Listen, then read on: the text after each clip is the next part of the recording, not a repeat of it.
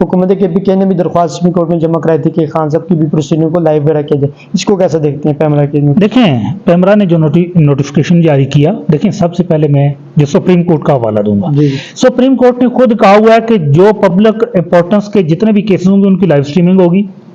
اب یہ عوامی مفاد کا کیس ہے، اس کیس کی لائیو سٹریمنگ پہلے ہوئی، اب اس کیس کی لائیو سٹریمنگ کیوں نہیں کی جا رہی؟ ایک ہی بنیادی خوف ہے، ایک ہی چیز ہے کہ عمران خان کو عوام نہ دیکھ سکے، یا عمران خان کی گفتگو کو عوام نہ سن سکے، یا عمران خان کا موقف یا بیانیہ عوام تک نہ پہنچ سکے. لیکن میں ان کی عقل پہ حیران ہوں کہ یہ اس دور کے اندر 2024 کے اندر اتنی سختیوں کے باوجود بھی عمران خان کا فوٹو باہر آیا، اس کی ویڈیو بن کے باہر آ گئی، تو یہ کیسے ان کے بیانیے کو، ان کے موقف کو، ان کی گفتگو کو یہ روک سکتے ہیں؟ تو یہ جو پیمرا نے نوٹس جاری کیا قابل مذمت ہے. یہ آئین کے بنیادی جو حقوق ہیں، جو آزادی اظہار رائے ہے، آرٹیکل 19 ہے، یہ اس کی واضح طور پہ خلاف ورزی ہے. سپریم کورٹ کو قاضی فائز عیسیٰ، جناب قاضی فائز عیسیٰ کو اس پہ نوٹس لینا چاہیے، دیکھنا چاہیے کہ وہ تو آئین کی سربلندی کی بات کرتے ہیں، لیکن ان کی ناک تلے جو بنیادی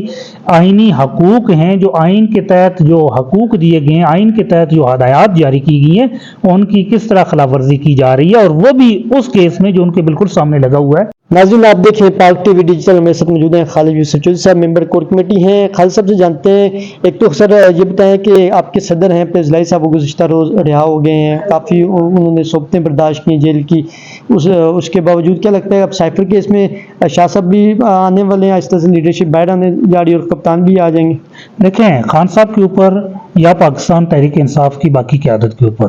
جتنے بھی مقدمات ہیں، کارکنان کے اوپر سب جعلی ہیں،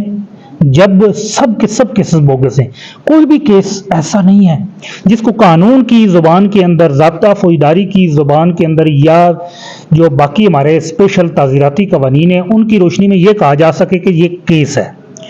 فوجداری قانون کوئی بھی ہو یا کوئی بھی فوجداری کیس ہو، فوجداری قانون کی روح سے جب بنتا ہے تو اس کے لیے کوئی میٹیریل چاہیے ہوتا ہے، کوئی ایویڈنس چاہیے ہوتا ہے، کوئی شواہد چاہیے ہوتے ہیں.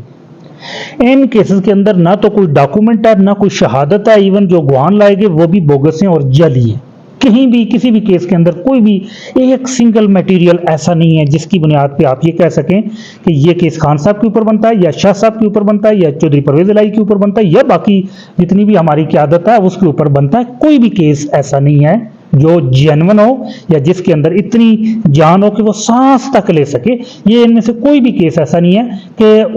ان کو اگر یہ مصنوعی آکسیجن نہ لگائیں جو انہوں نے جبر کی، دھونس کی اور طاقت کے بلبوتے پہ جس طرح ان کیسوں کو چلا رہے ہیں، مینوپولیٹ کر کے جوڈیشل پروسیڈنگ کو، ضابطہ فوجداری کو اور جو پروسیجرل لاز ہیں ان کو جس طرح مینوپولیٹ کر کے چلا رہے ہیں، اس کے علاوہ ان کیسز کو آکسیجن دینے کے لیے کوئی بھی چیز نہیں، اور یہ کیسز اپنا ایک سانس بھی نہیں لے سکتے. جو سب